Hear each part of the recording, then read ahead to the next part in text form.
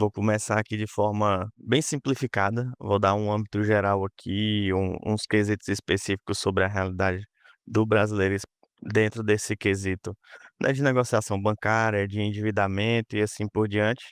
Então é muito importante que a gente siga com essa lógica, né. Alguns dados gerais hoje, a gente fez uma busca em específica de informações sobre o endividamento brasileiro, especificamente em pequenas e médias empresas, e hoje, quando a gente segue nesse mesmo quesito, a gente percebe que 7 a cada 10 empresas têm um endividamento e dessas 7, 4 estão inadimplentes com algum tipo de endividamento, seja com fornecedor, com banco, com uma FDIC, uma factory, qualquer um dessas instituições financeiras que fazem um processo de alongamento de prazos de qualquer que seja a distribuição de algum tipo de renda de terceiros, né. Então, seguindo essa mesma lógica, o meu objetivo hoje foi tentar trazer um conceito específico de tentar trabalhar com essa prerrogativa de que a maior parte das empresas brasileiras estão com um altíssimo nível de endividamento, e a gente também está trabalhando com a taxa de juros hoje no Brasil, né, historicamente a maior dentro da nossa dentro do conceito específico da taxa de juros do Banco Central.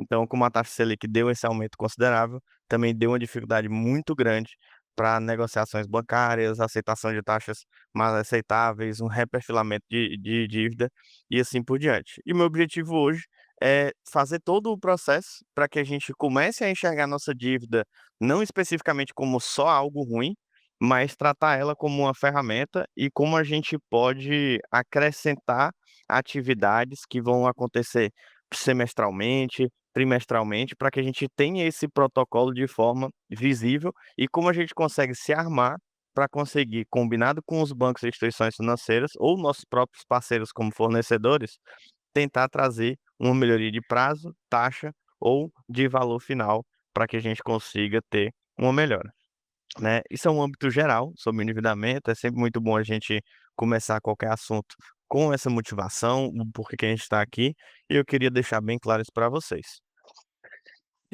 Seguindo para a próxima parte, o nosso objetivo específico é um diagnóstico da situação de financeira, para vocês que já estão com consultoria, eu assumo que cada um dos seus consultores já apresentou um diagnóstico para vocês, eu sei que da Resine Mais o Mário já apresentou, eu já participei, se vocês quiserem me dizer de qual dos outros consultores vocês são atendidos, podem me dar uma mensagem aí, mas o meu trabalho aqui não é especificamente trabalhar com o diagnóstico geral financeiro. Aqui o nosso trabalho é focar, canalizar nossas atividades específicas para dentro da dívida, do nosso endividamento. E levando isso ao tono, né, ao pináculo da atividade, o que que a gente precisa segmentar hoje, né. Eu espero que cada um de vocês pegue num Excel, trabalhe especificamente com essas informações do endividamento. E como a gente faz essa atividade, né. Hoje a gente tem algumas informações que são necessárias para que a gente consiga entender qual é o nosso endividamento, né, que são os valores totais, os prazos de pagamento, a taxa individualizada efetiva, tá, muito importante levar em consideração a taxa efetiva, porque os juros que o banco apresenta para a gente é a taxa de juros no mês a mês, mas que hoje em específico eles estão tratando com a parte de IOF, os outros custos, né, que estão compostos dentro dessa dívida. Então é muito importante para a gente que a gente trate de trazer a taxa efetiva mensal, né. Então a gente quer fazer o valor total do quanto o IOF cobrou para a gente dessa movimentação, a nossa taxa de juros, se ela é uma taxa crescente ou decrescente de acordo com o nosso endividamento vai passando o prazo. Então a gente quer fazer essa separação e a gente quer pegar pela média da taxa efetiva desse endividamento. A partir daí a gente vai fazer uma classificação base, que seria endividamento de curto prazo, médio prazo, longo prazo. Curto prazo, a gente vai estar alocando toda aquela dívida que vai estar de zero, né, ou seja, uma dívida de pagamento do mês vigente até os próximos 6 meses. De médio prazo seria dos próximos 6 meses até o fim de 1 ano e meio, e de longo prazo, de 1 ano e meio para frente, a gente trata como uma dívida de longo prazo.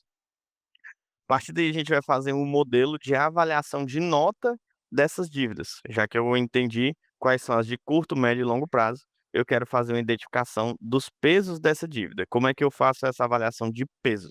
A gente tem 2 componentes que são os mais importantes para tratar sobre peso de dívida, que seria o quê? O nosso valor efetivo da taxa de juros e o quanto ele representa de pagamento mensal sobre o nosso fluxo de caixa. Então, digamos, num cenário hipotético, que eu tenho um faturamento de R$ 100.000 e eu tenho uma dívida de 15.000. Significa que essa minha dívida em específico, né, esse meu endividamento com esse banco, representa 15% do meu valor total de fluxo de caixa, ou seja, ele tem 15% de peso nessa minha avaliação. E aí a gente consegue colocar como uma prioridade, né, o correto ou o esperado que a gente tenha de endividamentos individuais, ou seja, eu posso ser uma empresa que tem 4, 5 financiamentos diferentes, um alongamento de prazo com o fornecedor, é que não mais do que 2% o meu valor individual esteja por cada dívida. Então, digamos, se eu tenho 3 financiamentos do banco, a minha expectativa é que no meu fluxo de caixa ele só represente individualmente 2%. Tiago, qual é uma margem aceitável do meu endividamento total, né? Até os vai depender muito do teu segmento, né, se vocês forem atrás de benchmark de mercado e forem trabalhar um pouco mais sobre esses quesitos específicos de conhecimento de endividamento, a gente vai ver que dependendo do segmento existem endividamentos diferentes. Se a gente vai estar tratando especificamente do serviço, né, o serviço ele é um dos os ramos e variações de atividade que tem a maior margem de lucro líquida, porque ele normalmente não vem com uma venda específica de produtos, então ele me traz uma margem maior sobre essa operação. Então, para uma empresa de serviço, existe a disponibilidade de eu ter um endividamento de até 30% do meu fluxo de caixa para essa resposta. Para pagar o endividamento, eu consigo aguentar 30% de composição de caixa, né, o peso no meu fluxo de caixa. E esse seria a média do serviço. Se eu for começar a tratar aqui agora com varejo, aí eu consigo pular quase pela metade, 15%, porque o varejo existe uma composição de preço dentro dos meus produtos e a minha margem efetiva para vendê-los é maior. Uma indústria normalmente não é obrigatoriamente uma atividade que tem uma margem baixa, mas ela quase sempre é consumida por 2 atividades, né. A indústria como no geral, existe uma necessidade de antecipação de recebíveis, porque ela é um processo que o ciclo financeiro dela é muito prolongado, então eu pago meu fornecedor, faço o meu processo de produção, para somente depois eu conseguir fazer um valor de recebimento. Então eu demoro muito para conseguir não demoro muito, né, mas eu demoro um processo para conseguir produzir, para depois vender, e normalmente uma indústria, que é o que vende finalmente para vocês, vende a prazo, né. Então é sempre muito importante a gente levar em consideração isso. Mas normalmente a indústria também é um dos que tem o melhor valor específico de margem efetiva por produto. Então, dependendo do seu segmento, a gente tem um benchmark diferente, mas uma coisa que não muda em nenhum deles é que somente 2% de cada empréstimo, somente 2% que pode ser o peso dele dentro do nosso fluxo de caixa. Ficou entendido? Deu para entender? Eu sou uma pessoa bem técnica, tá, gente? Eu normalmente não vou ser uma pessoa muito extravasante, não vou puxar muitos assuntos, mas eu gosto de deixar bem claro, porque são essas movimentações que vão fazer a gente ter resultado no fim das contas, né. Conseguimos nosso diagnóstico, sabemos nosso peso das dívidas, sabemos o nosso endividamento de curto, médio e longo prazo, e agora o que que a gente vai começar a fazer com isso? A partir daqui nós temos algumas estratégias de gestão de dívidas, né, então o que que a gente vai realizar? Primeiro é priorização de pagamentos daquilo que a gente consegue fazer, né, entender o que que é uma dívida estratégica e o que que é uma dívida que corrompe o nosso fluxo de caixa. A gente faz uma separação base em que uma dívida estratégica, na maioria das vezes, vai ser aquela dívida relacionada a um fornecedor-chave, a um banco que tem um limite de crédito muito grande ou que eu tenho alguma garantia que eu não posso perder. Então, digamos que eu sou uma indústria e eu tenho um maquinário que eu coloquei para um FGI, uma garantia de uma máquina, e se eu não pagar esse financiamento, eu vou ter o meu imóvel executado e eu vou perder a habilidade de continuar meu processo produtivo. Então essas normalmente são minhas dívidas estratégicas, as que eu não posso deixar de pagar. Dentro disso, a gente vai depois visualizar alguns outros formatos de redução do meu custo efetivo de dívidas, que são o quê? Lembra que eu falei que eu tenho uma dívida, eu sou uma empresa que fatura 100.000 e eu tenho 15.000 de um empréstimo. Ou seja, eu estou pagando 15% do meu fluxo de caixa para conseguir pagar essa dívida. Qual é o meu processo? Talvez essa dívida está paga em 12 meses, né, vai ser executada em 12 meses, e eu posso começar a tentar alongar o meu prazo com o banco. Ou seja, eu quero tentar trazer de 12 meses o meu prazo dessa dívida para 24, 36, onde esse valor efetivo dos 15.000 se transforma em 7, 6, até o objetivo final, que ele representar individualmente 2% do meu faturamento.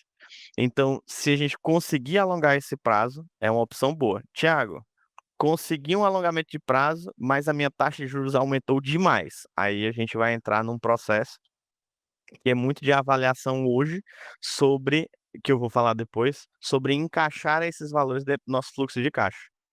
Mas a gente vai querer priorizar a libertação de espaço dentro do fluxo de caixa, porque às vezes se eu não fizer isso, mesmo que eu aumente o meu valor de taxa de juros, eu não vou conseguir quitar essa minha dívida e ela vai gerar um juros maior pelo atraso e assim por diante. Então é muito importante a gente saber essa diferenciação.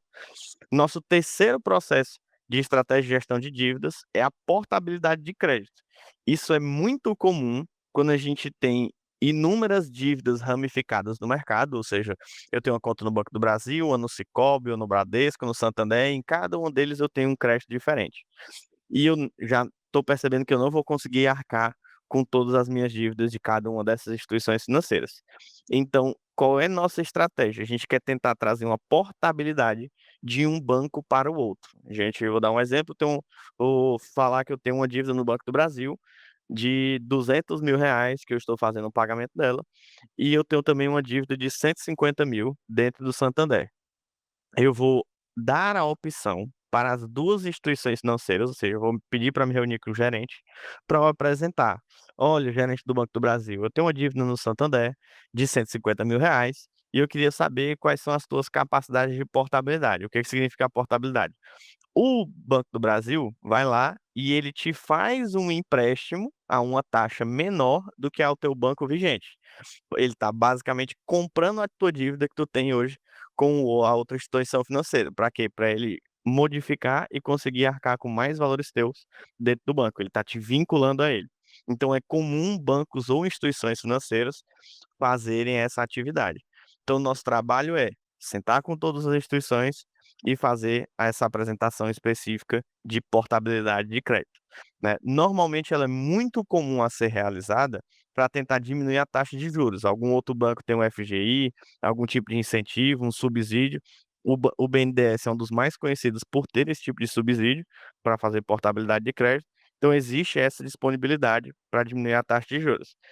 Se eu sou uma empresa que o peso do fluxo de caixa não é o mais importante para mim, mas sim especificamente eu diminuir minha taxa de juros para aumentar minha rentabilidade, a portabilidade de crédito é muito eficiente, porque o banco já te enxerga como alguém com um bom crédito, um score de praça, né. Então a portabilidade ela é mais utilizada para melhorar a taxa do que especificamente em reduzir o peso que ela tem no nosso fluxo de caixa. E por último, esse formato que é a negociação coletiva, normalmente a gente indica ser realizada com advogados, com uma equipe jurídica que vai fazer essa tratativa. O objetivo dela é fazer uma audiência com todos os gestores que eu digo, os gerentes do banco que vocês trabalham, para verificar algum acordo coletivo com as instituições financeiras. Normalmente isso é muito comum em empresas que fazem recuperação judicial. Mas, às vezes, a gente não precisa chegar nesse ponto da recuperação judicial para que a gente consiga avançar diretamente com essa negociação coletiva.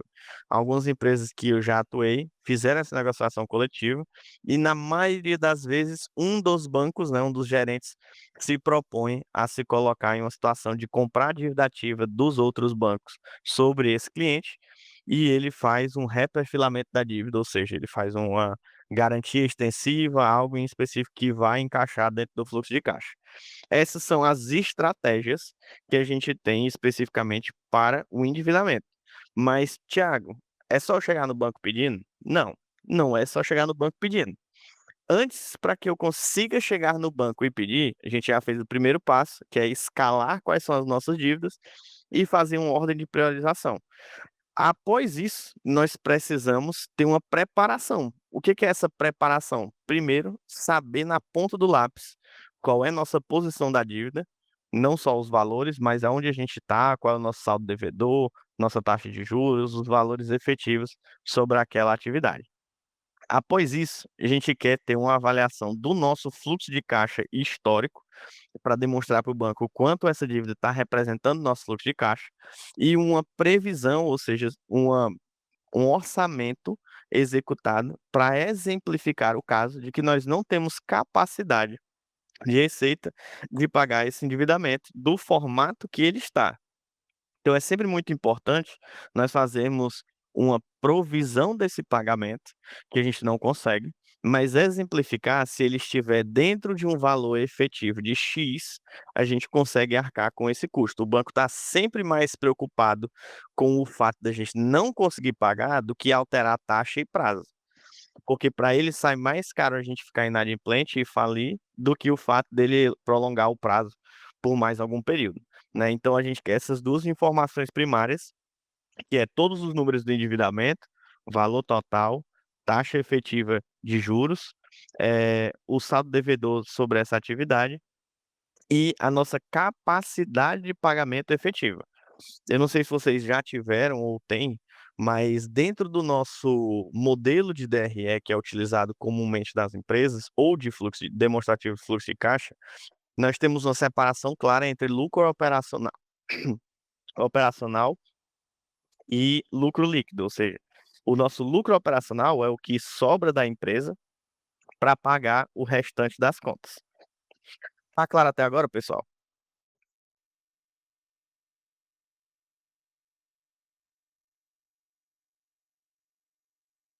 Estando sem nenhuma dúvida, eu continuo.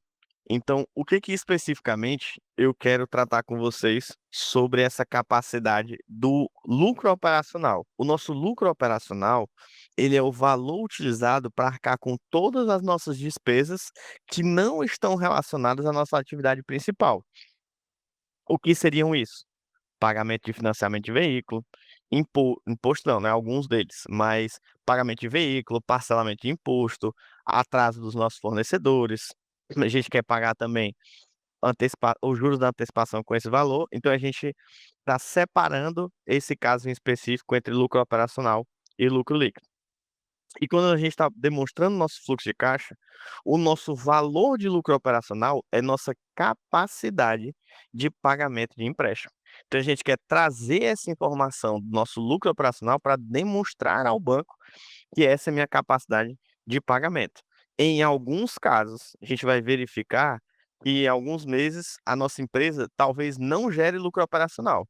E aí, nesses casos, a gente tem uma dificuldade maior, né, de apresentar uma negociação com o banco. Mas quando a gente tem lucro operacional, então digamos que eu sou uma empresa e tenho 100.000 de faturamento, de receita no caso, que é um fluxo de caixa, eu tenho 15.000 de endividamento e o meu lucro operacional é de 10.000.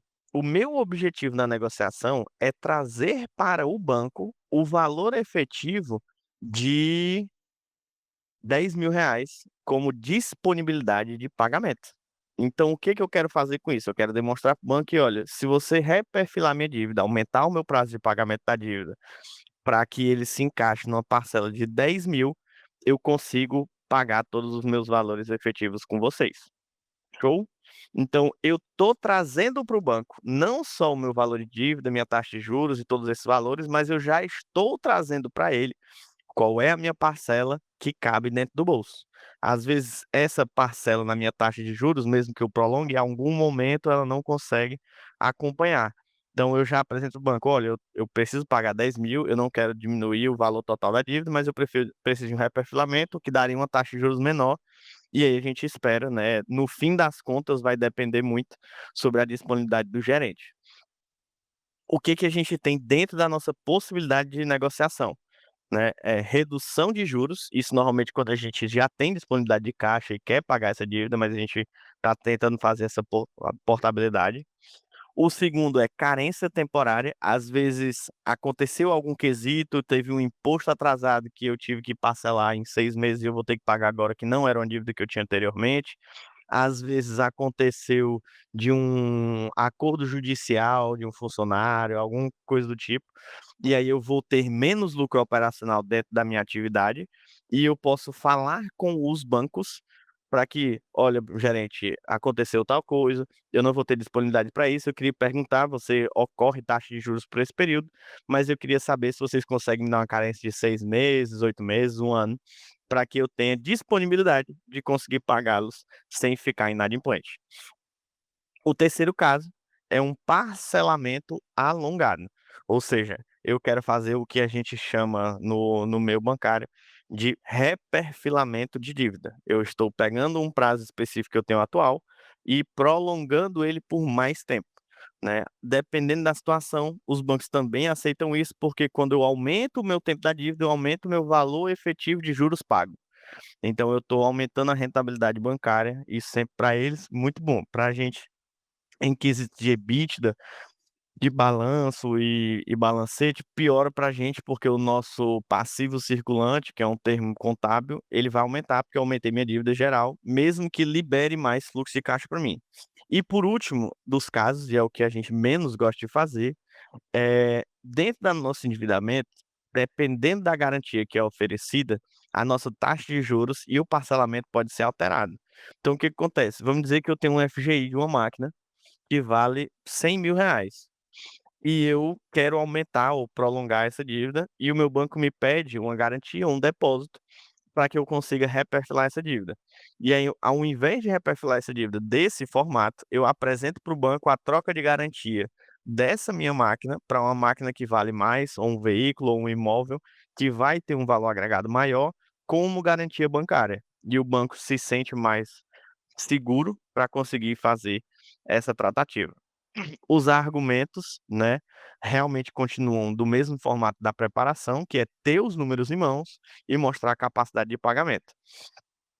As dicas práticas que eu trago para todo mundo é sempre documentar acordo, né, então quando a gente está falando com o gerente, ele acha que vai conseguir tal coisa, que ele tem um FGI específico para gente, que ele tem algo no caso, tentem sempre falar por meios que eu consiga manter isso registrado, porque isso pode ser e será utilizado contra eles no futuro, né, então a gente quer sempre deixar claro essa movimentação. No nosso segundo caso de dica vamos pegar antes de a gente sentar e definir que vamos trocar a dívida com o banco X, não custa nada para a gente fazer a tratativa e pegar as propostas de todas as instituições financeiras que estão ao nosso favor. Então não tem porquê eu aceitar imediatamente um reperfilamento de dívida do Itaú, se eu tenho disponibilidade de pegar uma proposta do Santander, do Banco do Brasil, da Caixa, do BNDES, do Sicoob. Eu tenho que primeiro fazer uma atividade em todos, tal qual a gente faz em uma avaliação de fornecedor, a gente quer pegar o nosso valor geral. A gente quer ter vários orçamentos para efetivamente escolher um que seja o melhor para a gente. E por último, que muita gente esquece, é que a gente atualmente está muito focado em bancos digitais e bancos físicos, mas a gente está sempre focado na palavra banco, né. Então quando eu vou fazer uma antecipação de recebível, eu vou atrás de um banco, quando eu vou fazer um empréstimo, eu vou atrás de um outro banco ou de uma desses novos bancos que se chamam, né, as fintechs de Nubank da vida, um Inter, que está muito comum entre pequenas empresas, mas existem também empresas especializadas em crédito, né, então a gente pode ir atrás de uma fintech, uma FIDIC, que é uma factory, que também faz oportunidade de crédito com garantia, e vão às vezes, como elas estão empresas emergentes, fazer um trabalho para a gente com uma taxa de juros mais agressiva, um parcelamento de prazo mais agressivo, que possa trazer melhorias para o nosso endividamento. Então eu nunca vocês vão perceber que eu nunca desconsidero as oportunidades que vão aparecer para a gente. Nosso objetivo aqui é ter o máximo de resultado possível. Perfeito? Ficou claro, pessoal? Tô indo que enquanto não me perturbam, eu vou continuando aqui para essa situação. Eu tenho aqui eu não queria trazer um estudo de caso, mas eu trouxe para a gente um modelo simplificado para que a gente consiga tratar desse modelo, que é o que, ó, tá aqui. Eu fiz 2 planilhas simples para que vocês consigam parar hoje e consigam executar esse mesmo trabalhinho de fazer uma avaliação. Então é muito simples. Eu preciso do meu credor, o meu valor total de dívida, a taxa de juros, o meu prazo que eu tenho de pagamento, quais são as garantias que eu quero desse item e o meu prazo. E por último, a minha receita comprometida, ou o que eu falo especificamente com vocês aqui agora, o quanto essa dívida pesa do meu fluxo de caixa, tá. Eu preciso ter essas informações específicas sobre essa movimentação, para que eu consiga começar a trabalhar com os bancos. Então, vamos tentar forçar aqui um pouco mais da nossa capacidade e avaliar dentro de todos esses endividamentos aqui, qual seria aquele que hoje me custa mais caro e que eu precisaria imediatamente trocar. Pelo aquele meu benchmark, eu precisaria trocar todos, né, porque cada um deles representa mais do que 2%. Então esse já seria o primeiro caso. Parece que o meu nível de endividamento ou o meu faturamento não está comportando a minha movimentação de endividamento. No meu caso atual, se eu parar aqui e observar a conta, as 2 regras que são mais relevantes para eu tratar são a do meu receita comprometida e da minha taxa de juros. Então o que que acontece? Pela lógica, nosso banco A é o que tem o nosso pior nível de endividamento, que ele tem uma taxa maior do que 2%. Ele tem também o maior comprometimento da receita. Mas o que que acontece? Para quitar essa dívida, ou eu conseguir um reperfilamento dela, ela vai me gerar um custo maior ainda por muito mais prazo.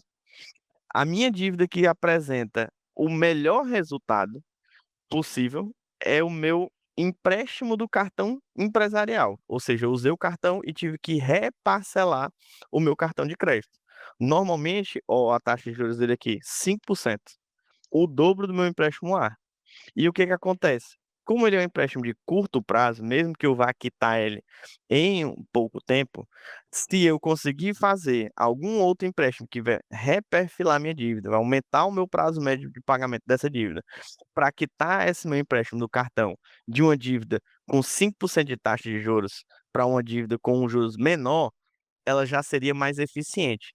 No caso do cartão, e é por isso que eu acho muito importante a gente fazer um acompanhamento de fluxo de caixa, porque essa dívida do cartão, ela poderia ter sido a de todas as que podem acontecer, a mais previsível e a que a gente tem a maior capacidade de pagamento. Por quê? Os juros de cartão de crédito no Brasil, ele é a maior taxa de juros efetiva entre todos os nossos juros efetivos de empréstimo ou transação financeira. Então, é muito mais provável que se eu tivesse feito qualquer outro tipo de empréstimo para quitar o meu cartão de crédito, sairia mais barato do que minha renegociação por esse cartão. Então, aqui já faria sentido eu quitar essa minha dívida de cartão, mas faria mais sentido ainda se eu tivesse ido atrás de um financiamento ou algo que me desse um capital, um aporte para dentro da empresa, para que eu não precisasse fazer esse processo de parcelamento do cartão.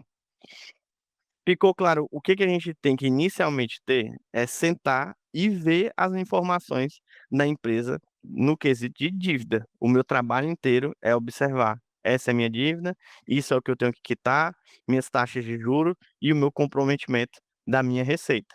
Então o nosso foco inicial é de conhecimento. Com tudo que eu já falei aqui, a gente já tem as nossas tratativas. O que vai ser difícil, muitas vezes, para a gente, é fazer o quanto isso aqui representa a nossa receita. Mas num demonstrativo de fluxo de caixa a gente consegue juntar isso, e só com essa informação de apresentar para o nosso gerente do banco ou instituição financeira, o nosso comprometimento de caixa para o pagamento desse valor de parcela, já é um argumento muito forte. Eu tenho um documento que eu vou enviar para todo mundo ao longo dessa semana até sexta-feira, que é um documento padrão, que eu normalmente, quando alguns dos meus clientes me pedem para "Thiago, eu normalmente eu atendo as maiores empresas aqui da Brave, eles já têm um processo mais rigidamente estruturado, e eles me pedem para que eu faça um documento, assinado por mim ou pela Brave, como um geral, que faz uma avaliação de capacidade de pagamento da empresa.